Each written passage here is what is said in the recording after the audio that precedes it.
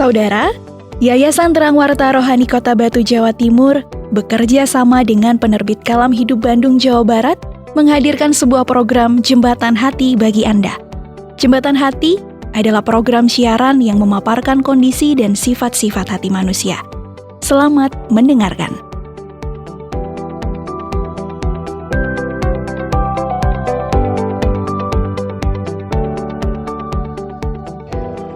Ya ampun, jam segini sudah melamun.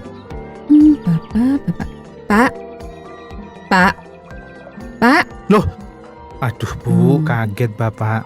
Kok udah di samping aja Bu? Kapan duduknya Ibu ini?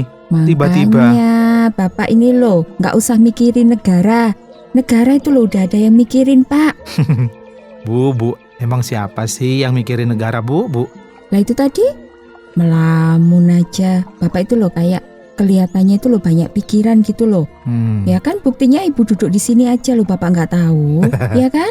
Nggak banyak pikiran sih Bu. Lagi nyantai aja, lagi ngelamun aja. Lah terus, kok melamun kayak gitu? Ayo ngelamunin apa? Gini Bu, Bapak itu kan punya teman yang akrab banget dengan Bapak. Itu loh, teman Bapak waktu main semasa kecil dulu.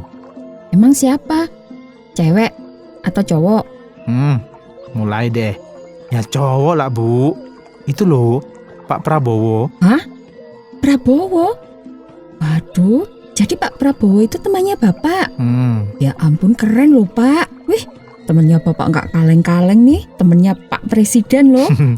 Ya ampun Bu, bukan Bu. Loh? Bukan Prabowo yang presiden. Lah, Kalau presiden kita kan Prabowo Subianto.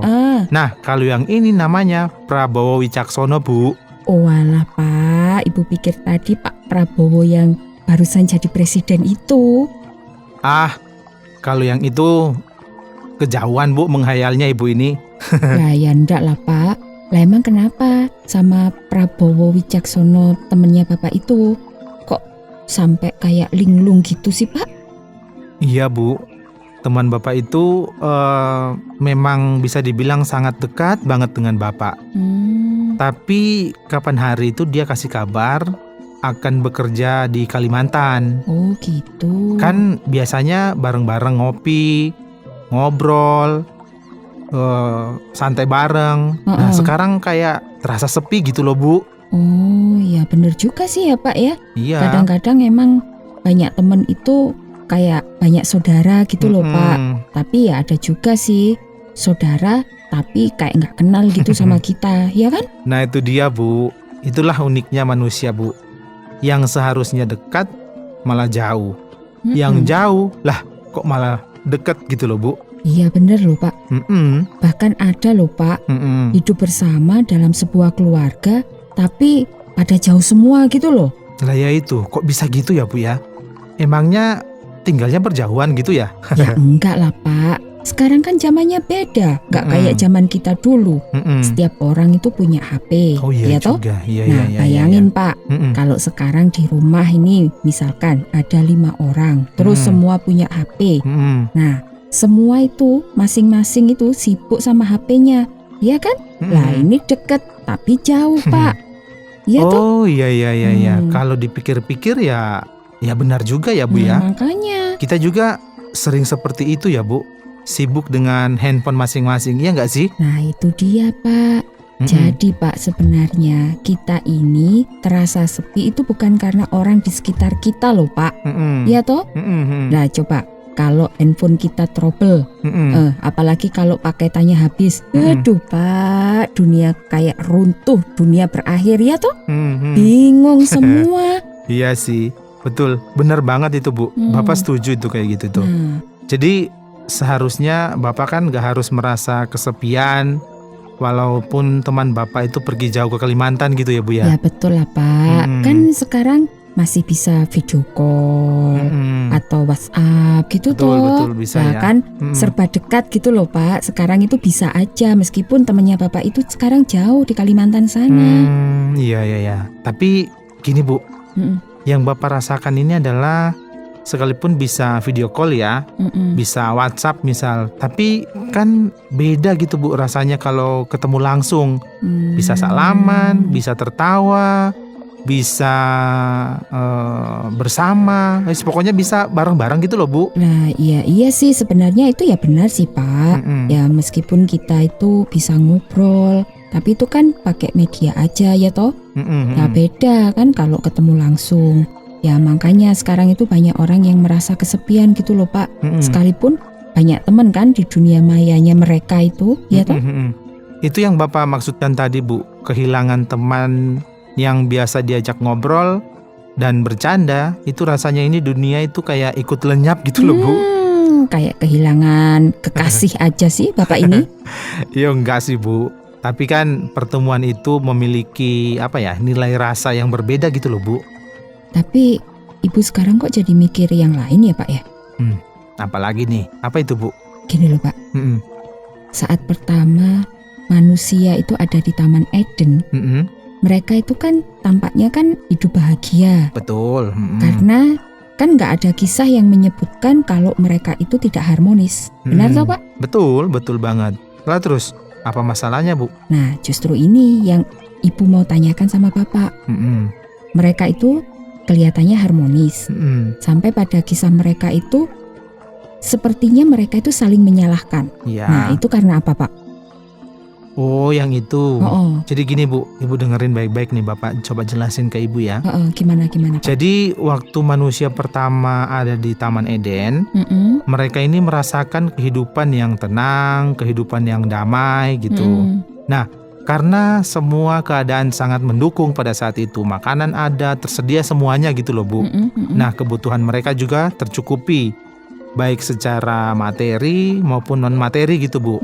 Tapi ketika mereka mungkin mulai merasa diri mereka ini mampu Mm-mm. dan nyaman, nah Mm-mm. di saat itulah mereka mulai mengabaikan Sang Pencipta. Mereka mulai membangkang, mereka mulai melawan kepada perintah Tuhan, gitu Bu. Oh gitu lah. Terus hubungan antara mereka tidak taat sama perintah Tuhan dengan ketidakharmonisan mereka itu apa sih Pak? Oke, gini Bu, manusia itu kan sejatinya itu diciptakan sangat istimewa, setuju nggak? Ya setuju. Oke, Iya, ya. nah Tuhan menciptakan manusia dengan sentuhan langsung dari Tuhan. Nah, karena kitab suci kan juga bilang bahwa Tuhan membentuk manusia dari debu dan tanah. Maksudnya gimana sih Pak? Jadi ya tangan Tuhan sendiri yang membentuk manusia itu. Ada apa ya Bu ya? Ada ikatan tersendiri antara manusia dan Tuhan yang membentuknya. Oh gitu. Makanya Tuhan itu memiliki ikatan khusus dengan manusia itu ya Pak ya? Betul. Karena memang proses penciptaannya ya memang kita sangat spesial. Betul, spesial banget. Makanya ada ikatan khusus itulah yang menjadikan kita ketika manusia menjauh daripada Tuhan Bu, manusia itu akan merasa kesepian, kayak kesusahan gitu. Jadi manusia ini akan merasakan yang namanya kekosongan dalam hatinya ketika dia menjauh dari yang penciptanya. Oh, sekarang Ibu mulai paham ini Pak. Ya karena manusia ada kekosongan dalam hatinya, maka manusia itu nggak akan merasa tenang gitu ya. Betul. Dan akibatnya manusia akan melakukan hal-hal yang bisa merusak dirinya sendiri dan juga sesamanya gitu. Loh. Kok cerdas banget Ibu ini. Mantap. Iya dong, kan Ibu selalu dekat dengan Bapak. Jadi ketularan dong pinternya. Ibu ini ada-ada saja. Ibu kan memang orang yang cerdas. Ya hanya saja Ibu nggak mau menonjolkan diri ya kan? Alah, terserah Bapak aja lah. Udah Pak, diterusin lagi. Waduh, tadi sampai mana ya? Kok lupa ini Bapak? Kan jadi lupa.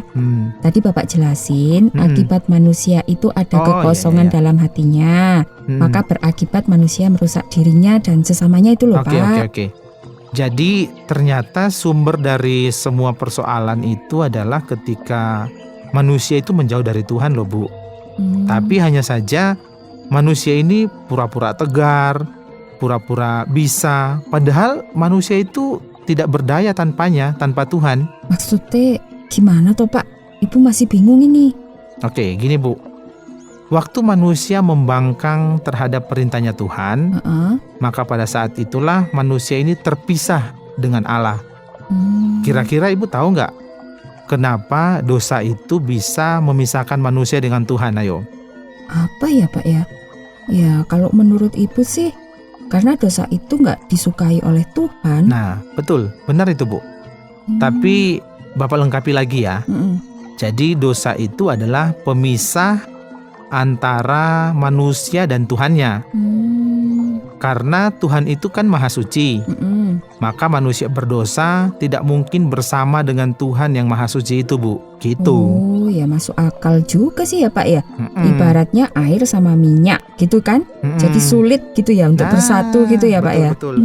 Nah kalau yang itu masih bisa berada dalam satu wadah kan Bu.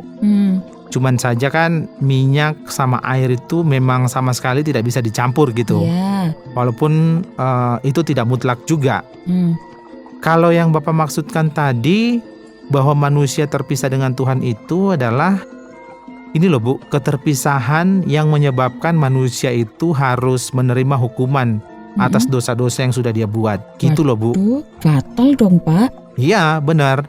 Makanya Bu, sebenarnya kan manusia itu sendiri tidak dapat hidup tanpa Tuhan, ya kan? Tapi manusia berdosa ini merasa bahwa bisa hidup dengan kekuatannya. Tapi sejatinya ya manusia itu ya sangat rapuh Bu. Makanya tadi Bapak katakan kalau manusia itu ada semacam kekosongan gitu dalam dirinya. Iya betul banget itu Bu.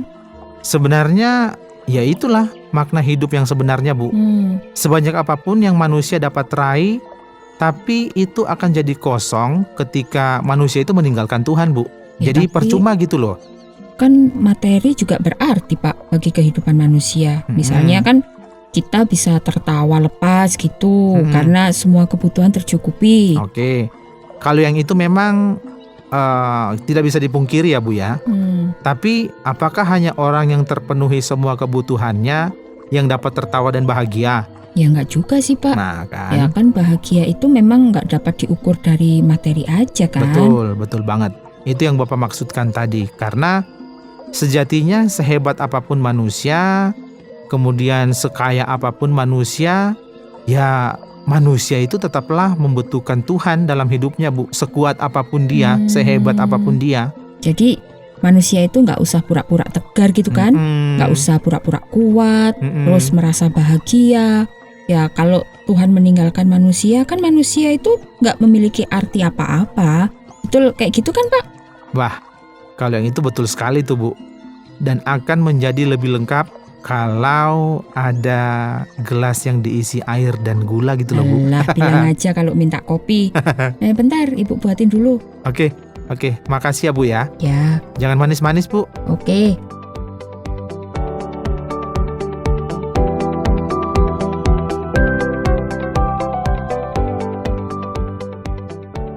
Saudara, terima kasih sudah mendengarkan program Jembatan Hati.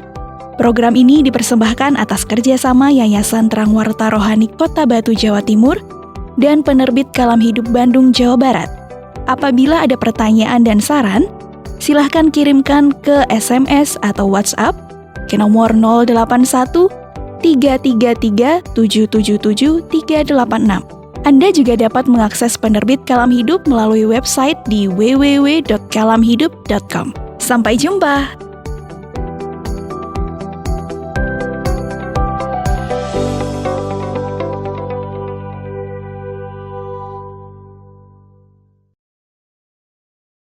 Terima kasih Anda sudah mengikuti program kami. Jika Anda diberkati, jangan lupa like, komen, dan share supaya Anda tidak ketinggalan setiap program terbaru kami. Jangan lupa juga untuk subscribe channelnya dan nyalakan loncengnya. Jika Anda ingin mendukung pelayanan kami, bisa melalui rekening kami berikut ini atau menghubungi kami di sini.